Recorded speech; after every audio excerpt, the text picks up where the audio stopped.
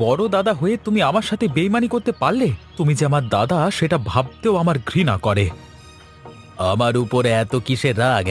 সব সময় তুই কেন আমার সাথে এমন করিস? কেন তোমার সাথে এমন করি তুমি জানো না? নাকি জেনেও না জানবার ভান করো? সম্পত্তির ভাগ তুমি আমাকে কম দিয়েছো, এটা একদম ঠিক করনি। কি যা তা বলছিস? আমি সম্পত্তির ভাগ কম দিইনি। তোর যদি সন্দেহ হয় তাহলে গ্রামের লোকজন ডেকে আমার জমি জমা মাপতে পারিস।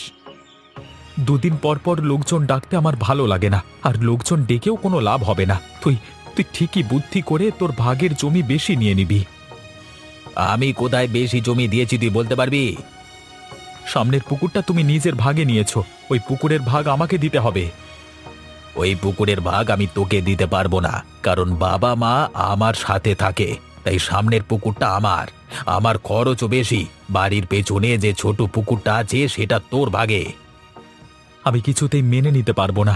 সামনের পুকুরের ভাগ যদি তুমি আমাকে না দাও, আমি তোমাকে শেষ করে দেব। কি বলি তুই? আমাকে শেষ করে দিবি?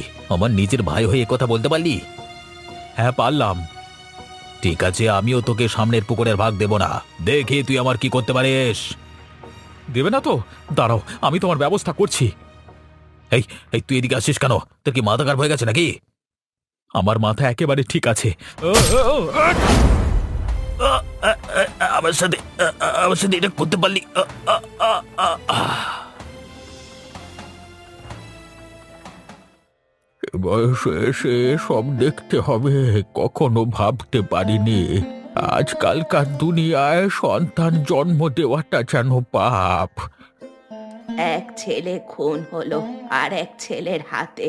এই ঘটনা আগে কখনো ঘটেছে বলে মনে হয় না। আমার পেটেই মনে হয় এমন কুসন্তান জন্মগ্রহণ করেছিল। ছোট ছেলের কপালেও দুঃখ আছে। পালিয়ে পালিয়ে আর কতদিন থাকবে? পুলিশ একবার ধরতে পারলে সারা জীবনের জন্য জেল হয়ে যাবে, নয়তো ফাঁসি হবে। ওপরওয়ালা আমাদের এ কোন পরীক্ষায় ফেললো? এই সব দেখার চেয়ে মরে যাওয়া যে অনেক ভালো। বড় বৌমা চলে গেছে বাপের বাড়ি, আর কোনো দিন আসবে বলে মনে হয় না। আমাদের হয়েছে যত জ্বালা। এবার থেকে কাজকর্ম না করলে হয়তো দুবেলা খাওয়াও জুটবে না। সে তুমি ঠিকই বলেছ, কিন্তু এই বয়সে কাজ পাবো বলে মনে হয় না। আর যাই হোক, বড় ছেলে আমাদের খাওয়া পড়াটা দিত। দরকার হলে আমি এই বয়সে লোকের বাড়ি কাজ করব। না না না, তোমাকে লোকের বাড়ি কাজ করতে হবে না। আমি একটা ব্যবস্থা করব, নিশ্চয়ই কোনো না কোনো কাজ পাবো। আমার কিছু ভালো লাগছে না। ছেলেটার জন্য কষ্টে আমার বুক ফেটে যাচ্ছে। এক ছেলে ছেড়ে চলে গেছে, আর এক ছেলেকে নিয়ে বেঁচে থাকবো সে উপায়ও নেই। আমাদের ছোট ছেলেও যে কোনো মুহূর্তে পুলিশের হাতে ধরা পড়তে পারে। ছোট বৌমার সাথে বসে যে একটু কথা বলবো, কিন্তু সে তো আমাদের সাথে ভালো ব্যবহার করে না। এমন করে মনে হয় সুযোগ পেলেই খুন করে দিবে। শোনো শোনো, আমি একটু বাইরে যাব, দেখি কোনো কাজ পাওয়া যায় কিনা। কিছু তো মুখে দিয়ে যাও। এসে খাবো গো, এখন কিছু খেতে ইচ্ছে করছে না। ঠিক আছে।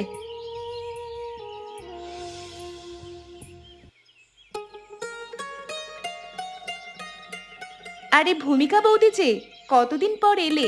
আজকাল তো আমাদের বাড়িতে একেবারে আসোই না। কি করে আর আসবো? তোদের বাড়ি যে সব সময় ঝামেলা লেগেই আছে। কিছুদিন আগে তোর ভাসুর খুন হলো, তাও আবার তোর নিজের স্বামীর হাতে। তা তোর স্বামী কোথায়? আমার স্বামী কোথায় জানি না, যেখানে থাকে থাকুক। বাড়ি আসলেই তো পুলিশে ধরে নিয়ে যাবে। যাই বলিস না কেন, নিজের দাদাকে খুন করা কিন্তু ঠিক হয়নি। বেশ কাজ করেছে। জমির ভাগ কম দিলে কেউ ছেড়ে দিবে নাকি?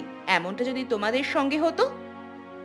এমনটা হওয়ার কোনো সুযোগও নেই, কারণ আমার স্বামীর কোনো ভাই বোন নেই। স্বামীর ভাই বোন না থাকাটা যে কতটা শান্তির তা তোকে বলে বোঝাতে পারবো না। তুমি তো আছো মহা সুখে, তোমার মতো সুখ খুব কম মানুষেরই হয়। তা যা বলেছিস, তার স্বামীর খুনের দায়ে পালিয়ে বেড়াচ্ছে, আর তুই এইদিকে খাসির মাংস রান্না করছিস। তোর স্বামীর জন্য একটু খারাপ লাগছে না? স্বামী পালিয়ে বেড়াচ্ছে বলে আমি কি না খাওয়া ছেড়ে দেব নাকি?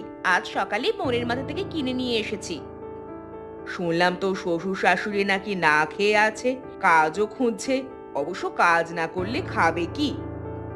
যা ইচ্ছে করে করুক, ওদের কথা আমার শুনতে ইচ্ছে করে না। ওরা যদি ভালো মানুষ হতো তাহলে বড় ছেলেকে জমি জায়গা বেশি দিত না। সত্যি রে, এমন বাবা মা আমি জীবনে দেখিনি। আপন দুই ভাই, অথচ বাবা মার চোখে দুই রকম। আমার শ্বশুর শাশুড়িকে এই ভিটা থেকে বিদায় করে ছাড়বো। ওদের যদি বিদায় করতে না পেরেছি তবে আমার নামও নেহানা। তোদের সাথে যা করেছে এটাই ওদের জন্য প্রাপ্য। আচ্ছা রে, আমি এখন গেলাম, অনেক বেলা হয়ে গেছে। খাসির মাংস খেয়ে যাও, অনেক মজা করে রান্না করেছি। বাটিতে দে 2 টুকরো, খেয়ে দেখি কেমন রান্না করেছিস। আচ্ছা, দিচ্ছি।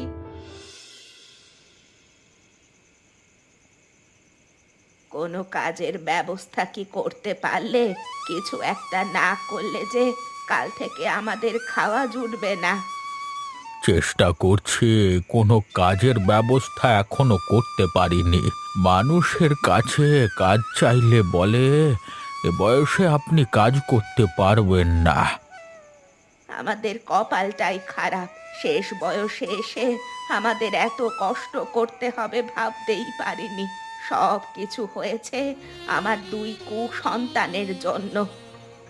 ওদের দোষ দিয়ে আর কি হবে? আমরাই ওদের মানুষ করতে পারিনি। ঠিক মতো মানুষ করতে পারলে আজকে এই দিনটা আমাদের দেখতে হতো না। ওইদিকে ছোট বৌমাও আমাদের পিছনে লেগে আছে। বলে কিনা বড় ছেলের ভাগের জমি লিখে দিতে। যদি লিখে দিই তাহলে আমাদের নাকি দুবেলা খেতে দিবে। ছোট বৌমা কোনো দিন আমাদের দেখবে না। ওকে আমরা হারে হারে চিনি। তুমি যদি কোনো কাজ না পাও, আমি না হয় অন্যের বাড়িতে কাজ করব।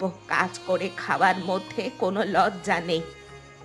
এদিকে ছোট ছেলেরও কোনো খবর নেই। বেঁচে আছে নাকি মরে গেছে সেটাও জানি না। আমি তো ছোট ছেলেকে নিয়ে কোনো চিন্তা আর করি না। অমানুষ ছেলের কথা ভেবে আর কি হবে? তুমি ঠিকই বলেছ। তারপরও যে আমরা বাবা মা, তাই কষ্ট হয়। আচ্ছা, আমি একা একা ভাত খাচ্ছি, তুমিও খেয়ে নাও। দুজন মানুষ আলাদা আলাদা করে খাওয়ার কি দরকার? তুমি খাও, আমার খিদে নেই। আজকে রাতে আমি খাবো না। খিদে নেই নাকি হাঁড়িতে ভাত নেই? সেই কখন এক মুঠো খেয়েছো। খিদে নেই বললে তো আমি বিশ্বাস করব না। আমি সত্যি বলছি, আমার খিদে নেই। খিদে থাকলে তো অবশ্যই খেতাম। তুমি তাড়াতাড়ি খেয়ে নাও তো। আচ্ছা আচ্ছা, খাচ্ছি। তুমি সকাল সকাল? পুলিশ তোমাকে খুঁজছে। এই সময় বাড়িতে আসা তোমার একদম ঠিক হয়নি। নিজের বাড়িতে তো আমাকে আসতেই হবে। আর শোনো, পুলিশ আমাকে সহজে ধরতে পারবে না। খুব ভয় করে বুঝলে। যদি তুমি পুলিশের হাতে ধরা পড়ো তাহলে আমার কি হবে? আমি থাকতে তোমার কিচ্ছু হবে না। আরে তোমাকে একটা কথা বলি, এখন থেকে দক্ষিণের জঙ্গলের ভেতর তুমি আমার সাথে দেখা করতে যাবে। ওখানে গেলে আমার সাথে তোমার দেখা হবে। সে না হয় বুঝলাম, কিন্তু একা একা বাড়ি থাকতে আমার যে ভয় করে। ভয়ের কিছু নেই, কিছুদিন থাকো, তারপর আমি তোমাকে একেবারে নিয়ে যাব। কোথায় নিয়ে যাবে আমাকে? দক্ষিণের জঙ্গলের পাশে এলাকার সবচেয়ে ধনী ব্যক্তি রঘুনাথ বাবুর বাড়ি। ওই বাড়িতে রঘুনাথ আর ওনার মেয়ে ছাড়া কেউ থাকে না। আমি ও বাড়িতে এতদিন কাজের লোক হয়েছিলাম। ওরা আমাকে খুব বিশ্বাস করে। আমি যা বলি ওরা তাই শোনে। ওই বাড়িতে তুমি থাকো, আশেপাশের কেউ তোমাকে চিনলে তো বিপদ হয়ে যাবে। আমাকে কেউ চিনবে না। আমি তো ওখানে ছদ্মবেশ নিয়ে থাকি। আমি কৌশলে রঘুনাথ বাবু আর ওনার মেয়েকে পৃথিবী থেকে সরিয়ে দেব। তারপর ওই বাড়ির মালিক আমি আর তুমি, বুঝলে? তাহলে তো দারুণ হবে। আমরা রাজরানী হয়ে থাকবো। একবার ধনী হতে পারলে আমাদের আর কে পায় বলো তো? এদিকে তোমাকে একটা কাজ করতে হবে। তুমি আমার বাবা মাকে যেভাবেই হোক এই গ্রাম ছাড়া করে দেবে। ওনাদের যদি গ্রাম ছাড়া করতে পারো তাহলে দাদার জমি জমা সব আমাদের হয়ে যাবে। ওই দিকের কাজ আমি খুব ভালো করেই করতে পারবো, তুমি আমার উপর ভরসা রাখতে পারো। এবার আমাকে যেতে হবে। বেশিক্ষণ এখানে থাকাটা আমার জন্য নিরাপদ না। তোমাকে যা বললাম সেই মতো কাজ করো। ঠিক আছে, তোমার কথা মতো সব কাজ হবে। আমি গেলাম তাহলে, হ্যাঁ। আচ্ছা। বাবা দেখো, মাছগুলো কি সুন্দর সাঁতার কাটছে। আচ্ছা বাবা, এই মাছ তুমি কোথায় পেয়েছিলে? এমন মাছ আমি আর কোথাও তো দেখি না। এই মাছের ছোট মাথা আছে আর বড় লেজ। সে অনেক কাহিনী রে মা।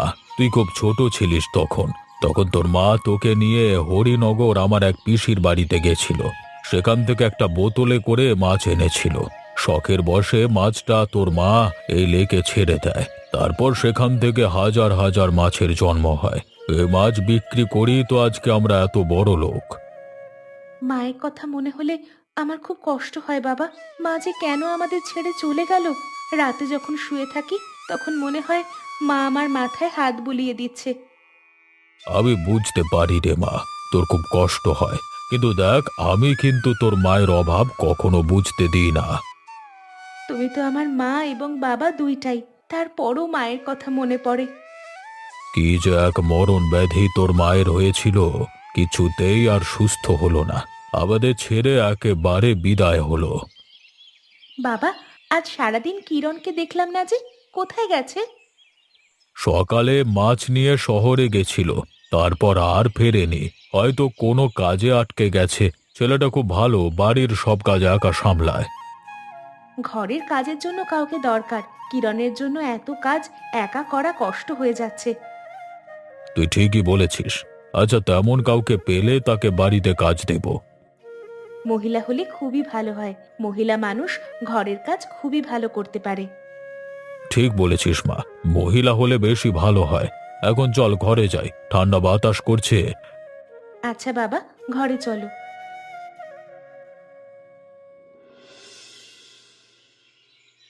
শেষে কিনা ছোট বৌমা তার বাবার বাড়ির লোকজন ডেকে নিয়ে এসে আমাদের বাড়ি থেকে বার করে দিল। আমি বলে দিলুম ওর কপালে অনেক দুঃখ আছে। আজকে কিনা নিচের বাড়ি ছেড়ে আমাদের চলে যেতে হচ্ছে। হে ওপরওয়ালা, তুমি আমাদের এত কষ্ট কেন দিচ্ছ?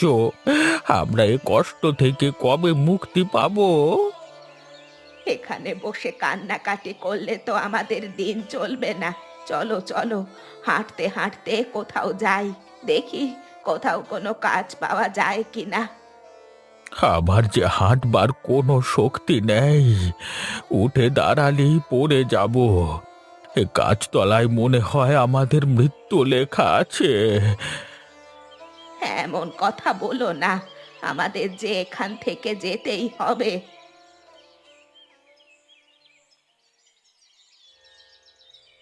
আপনারা এখানে কেন? কি হয়েছে আপনাদের?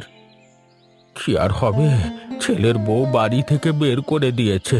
আমাদের যাওয়ার কোনো জায়গা নেই, তাই এখানে বসে আছি।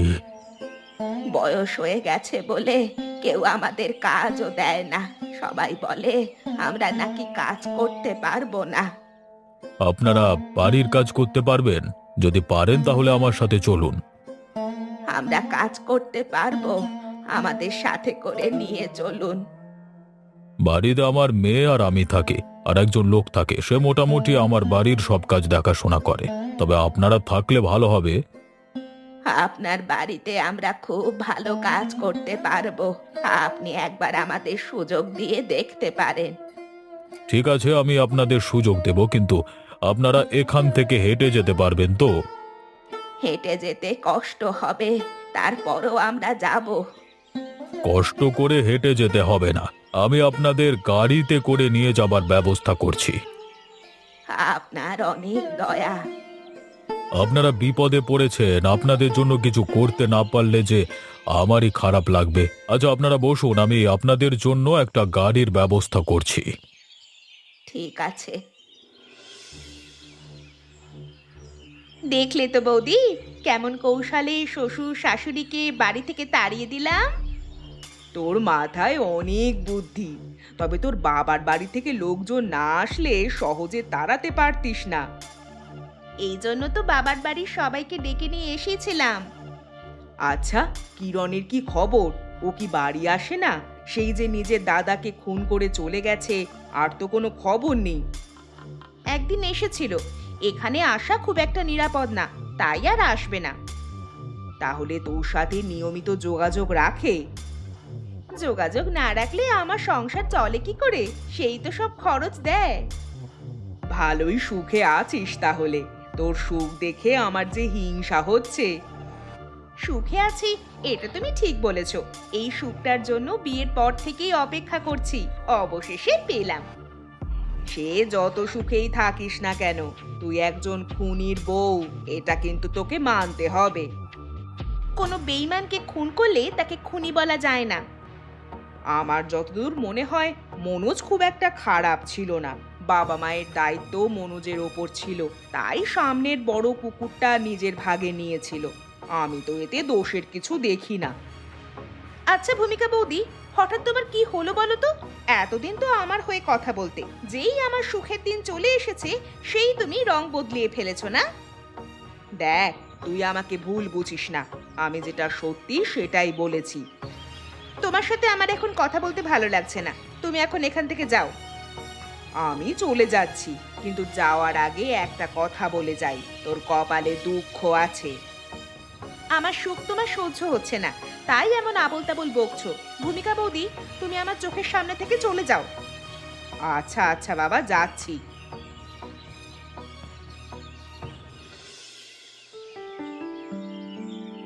এখন থেকে তোকে আর ঘরের কাজ সামলাতে হবে না, তুই বাইরের দিকটা দেখলেই হবে। দুজন লোক নেওয়া হয়েছে, তারা ঘরের কাজ দেখাশোনা করবে। বাবু, এতদিন ধরে আমি আপনার বাড়িতে আছি, আপনি লোক লাগবে বললে তো আমি দেখে শুনে বিশ্বস্ত লোক নিয়ে আসতাম। আমার স্ত্রী আছে, সে তো খুব ভালো ঘরের কাজ করতে পারে। এতদিনে আমাকে বলিসনি কেন? তবে যাদের নিয়ে এসেছি তারা খুব ভালো মানুষ, কাজকর্ম খুব মন দিয়ে করে। আপনার এত বড় বাড়িতে আমার স্ত্রীকে যদি ঠাঁই দিতেন তাহলে খুব ভালো হতো। ঠিক আছে, আমি রিয়ার সাথে কথা বলে দেখি, সে অনুমতি দিলে তুই নিয়ে আসতে পারিস। যাদের এ বাড়িতে নিয়ে এসেছেন তাদের বাড়ি কোথায় বাবু? এই তো কানাইপুর গ্রামের দুজন বয়স্ক মানুষ, তারা দুজন স্বামী স্ত্রী। কানাইপুর? আপনি জানেন না ও গ্রামের লোকজন ভালো না? আপনি ওদের এখনই বাড়ি থেকে বের করে দিন। না না, ওরা মোটেই খারাপ মানুষ না, তবে এটা সত্যি কানাইপুর গ্রামের কিছু মানুষ খুবই খারাপ। শুনেছি ওই গ্রামের এক ভাই তার এক ভাইকে খুন করেছে। আবার আমি যাদের নিয়ে এসেছি তাদেরও ছেলের বউ বাড়ি থেকে বের করে দিয়েছে। একবার তাহলে তাদের সাথে দেখা করতে হয়, আমি দেখলে বুঝতে পারবো তারা কেমন মানুষ। কি রে মা, কিছু বলবি? বাবা, ললিতা কাকি আর রমেশ কাকা খুবই ভালো মানুষ। ললিতা কাকি খুব গুছিয়ে কাজ করতে পারে, উনি একদম আমার মায়ের মতো। ওনাদের নাম কি বললেন? রমেশ, ললিতা। আচ্ছা, ওনারা এখন কোথায়? আমি একটু ওনাদের সাথে দেখা করতে চাই। এখন রান্না করছে, আপনি রান্নাঘরে গেলে ওনাদের পাবেন। বাবু, আমি তাহলে গেলাম। হ্যাঁ। নতুন লোক আসায় কিরণ যেন কেমন অদ্ভুত আচরণ করছে, ওর মনে হয় বিষয়টা ভালো লাগেনি, বুঝলি? এতদিন ধরে তো এখানে আছে, তাই অন্য কাউকে মেনে নিতে পারছে না। বলছিল ওর স্ত্রীকে এখানে নিয়ে আসতে চায়। সে উনি নিয়ে আসতে পারে। আমি তাহলে কিরণকে বলে দেব ওর স্ত্রীকে নিয়ে আসবার জন্য। ঠিক আছে বাবা। এ বাড়িতে বাবা মাও আছে। রঘুনাথ বাবু রাস্তা থেকে বাবা মাকে তুলে নিয়ে এসেছে। আমি ছদ্মবেশ নিয়ে থাকি বলে আমাকে চিনতে পারেনি। কিন্তু আমাকে দেখলেই তো চিনতে পারবে। আমি এখন কি করব? তোমাকে কয়েকদিন ঘর থেকে বার হতে হবে না। আমরা আগে রঘুনাথ বাবু এবং তার মেয়েকে পৃথিবী থেকে সরিয়ে দেব, তারপর বাবা মায়ের ব্যবস্থা করব। কিন্তু কিভাবে? মুখে বলা যতটা সহজ, কাজে করে দেখানো অতটা সহজ নয়। আমার পক্ষে কোনো কিছু অসম্ভব না। আমি আমার নিজের দাদাকে খুন করেছি। সে না হয় বুঝলাম, কিন্তু এদের কি করে কি করবা? আমার মা তো রান্না করে, মায়ের রান্নায় যে কোনো উপায়ে বিষ মেশাতে হবে। তারপর বিষ মেশানো খাবার খেয়ে রঘুনাথ বাবু আর তার মেয়ে ফুটুড্ডুম। তারপর আমরা হব এই বাড়ির মালিক। একদিন আমরা হব এই এলাকার সেরা ধনী। কানাইপুর আমাদের যে জমি জায়গা আছে সব বিক্রি করে দেব, ওখানে আর কোনো দিন ফিরে যাব না। না না, ওইখানে যাওয়ার কোনো দরকার নেই। মাটির বাড়িতে ফিরে যাওয়ার কোনো ইচ্ছে আমার আর নেই। এখানে এত বড় বাড়ি থাকতে আমরা কোথায় যাব বলো? এখন থেকে যে এই বাড়ি আমাদের। আমি তোমাকে একটা বিষের বোতল এনে দেব, তুমি সুযোগ বুঝে খাবারে বিষ মিশিয়ে দেবে, তবে সাবধান, মা বাবা যাতে তোমাকে চিনতে না পারে। না না, আমাকে চিনতে পারবে না। আমাকে এখন শহরে যেতে হবে, তুমি সাবধানে থাকবে, বুঝলে? এখন শহরে যাবে কেন? লেজ বিশিষ্ট মাছ বিক্রি করবার জন্য আমাকে রোজ শহরে যেতে হয়, বুঝলে? আচ্ছা, যাও তাহলে। এমন মাছ আমি জীবনে প্রথম দেখলাম। এই মাছ দেখতে অনেক সুন্দর, খেতেও নিশ্চয়ই আরো সুন্দর। এই মাছ আমরা চাষ করি, কিন্তু কখনো খেয়ে দেখিনি। ইচ্ছা আছে একদিন খেয়ে দেখার। আচ্ছা মা, এত বড় বাড়ি তোমাদের থাকতে ভয় করে না? বাড়িটা কেমন যেন ভুতুড়ে বাড়ির মতো, চারিদিকে গাছগাছালিতে ভরা, আশেপাশে অন্য কারুর বাড়িও নেই। থাকতে থাকতে অভ্যাস হয়ে গেছে। এখন তো আমরা একা না, আপনারাও তো আছেন।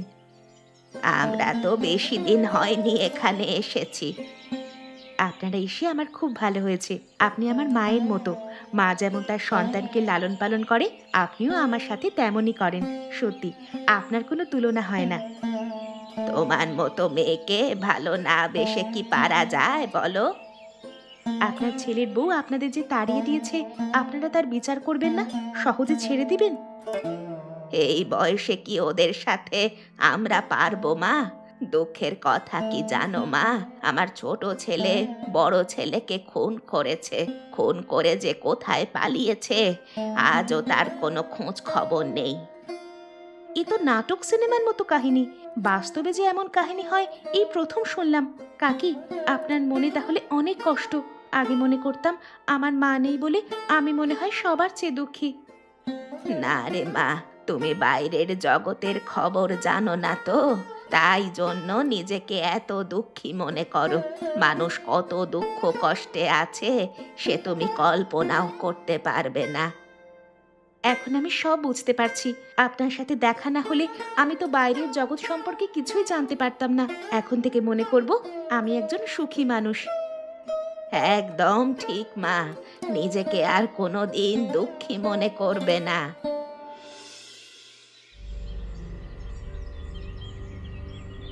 আজকে অনেক কিছু রান্না হয়েছে দেখছি, বড্ড খিদে লেগেছে, আমি আগে খেয়ে নি। আশেপাশে কেউ নেই, আমি চুরি করে মন ভরে খেয়ে নি। খুব মজার হয়েছে। মায়ের হাতের রান্না বলে কথা, মা আমার অনেক মজা করে রান্না করতে পারে, কিন্তু আমার বুকের মধ্যে এমন করছে কেন? কি হলো আমার? বাবা গো, মরে গেলাম গো! কে কোথায় আছো, বাঁচাও! ওরে বাবা! ওগো, তোমার কি হলো? তুমি কি এই খাবার খেয়েছো? আমি আমি আমি আমি খেয়েছি, আমি খেয়েছি। এ কি করলে তুমি? এই খাবারে যে আমি বিষ দিয়েছিলাম। তুমি আমাকে আগে বলনি কেন? তোমাকে তো কখনো টেবিলে খেতে দেখিনি, তাই বলা হয়নি। আমি তো তোমার জন্য খাবার আলাদা করে রেখেছিলাম। রঘুনাথ বাবুকে ডাকো, ওনাকে বলো আমাকে হাসপাতালে নিয়ে যেতে। তাড়াতাড়ি হাসপাতালে না গেলে মরে যাব। কেউ বাড়ি নেই, বাবা মা সহ সবাই যেন কোথায় গেছে। বাবা মাও নেই। শেষবারের মতো বাবা মায়ের কাছে ক্ষমা চাইতাম, কিন্তু সেটা আর হলো না। ওগো, এখন আমার কি হবে? আমি তোমাকে ছাড়া যে বাঁচতে পারবো না। আমি আমি পাপ করেছি, তাই পাপের শাস্তি পাচ্ছি। অন্যের জন্য ফাঁদ পেতে সেই ফাঁদে আমি পা দিয়েছি। তোমার আমি কিছুই হতে দিব না। তুমি ছাড়া যে আমার আর কেউ নেই। আমি আমি আর বেশিক্ষণ বাঁচবো না। তুমি তাড়াতাড়ি টেবিলের সব খাবার ফেলে দাও, মরবার আগে আমি পাপ কাজ করব না। আমি এ কি করলাম? হ্যাঁ, এখন আমার কি হবে? ছোট বৌমা, তোমরা এখানে আছো অথচ আমরা জানি না। বাড়ি থেকে তোমরা আমাদের বার করে দিয়েছিলে, এত পাপ করে তোমাদের লাভ হলো কি? এতদিন আমাদের চোখের সামনে কিরণ ছদ্মবেশ নিয়েছিল, যার ফলে আমরা ওকে চিনতে পারিনি। এতদিন তাহলে এই বাড়িতে লুকিয়েছিল। কিরণ তাহলে আপনাদের ছেলে, আমাদের বাড়িতে এতদিন ছদ্মবেশ নিয়েছিল, আমরা ওর আসল চেহারা কোনোদিন দেখিনি। আমার ছোট ছেলে, আর এই নেহা আমার ছোট বৌমা।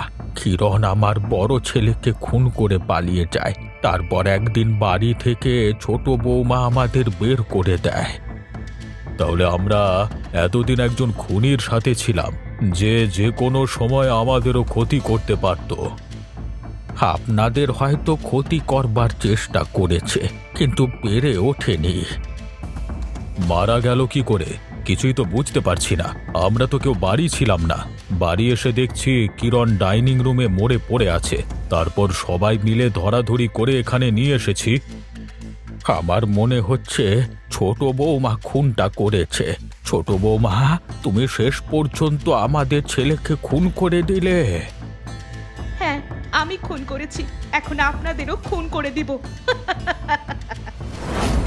নেহা মনে হচ্ছে পাগল হয়ে গেছে।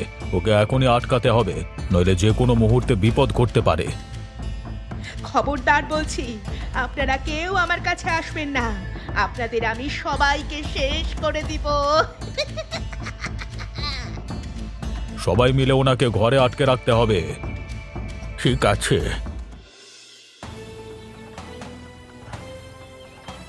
কিছু বলবি মা? বাবা, বাবা সর্বনাশ হয়ে গেছে। নেহাকে যে ঘরের মধ্যে আটকিয়ে রাখা হয়েছিল, সেই ঘরে ফ্যানের সাথে শাড়ি ঝুলিয়ে গলায় ফাঁস দিয়ে মারা গেছে ও। ওদের পরিবারটা হলো অভিশপ্ত পরিবার। এমন পরিবারের সাথে থাকাটা নিরাপদ না। রমেশ আর ললিতাকে ভাবছি বাড়ি থেকে চলে যেতে বলবো। ওনারা তো খারাপ মানুষ নয় বাবা, তুমি ওদের যেতে বলো না। কিন্তু মা, ওদের যে এ বাড়িতে রাখতে আমার ভয় করছে। আমার কেন জানি মনে হচ্ছে ওরাও যে কোনো সময় যে কোনো ধরনের দুর্ঘটনা ঘটাতে পারে। না বাবা, ওনারা এমন কিছু করবে না, করলে আগেই করতো। ঠিক আছে, তুই যখন বলছিস তাহলে আমি ওদের আর যেতে বলবো না। তবে ওদের সাথে তুই খুব সাবধানে থাকবি। ললিতা কাকি খুবই ভালো বাবা, আমাকে উনি অনেক ভালোবাসেন। ওনার মধ্যে আমি আমার মায়ের ছায়া খুঁজে পাই। আমার এত বড় বাড়িতে কেউ থাকলে তো ভালোই হয়, কিন্তু কিরণ আর নেহার জন্য মনের মধ্যে ভয় বাসা বেঁধেছে। আমার বিশ্বাস ওনারা আমাদের কোনো ক্ষতি করবে না। ঠিক আছে মা, তুই যখন বলছিস তাহলে বিশ্বাস করা যায়।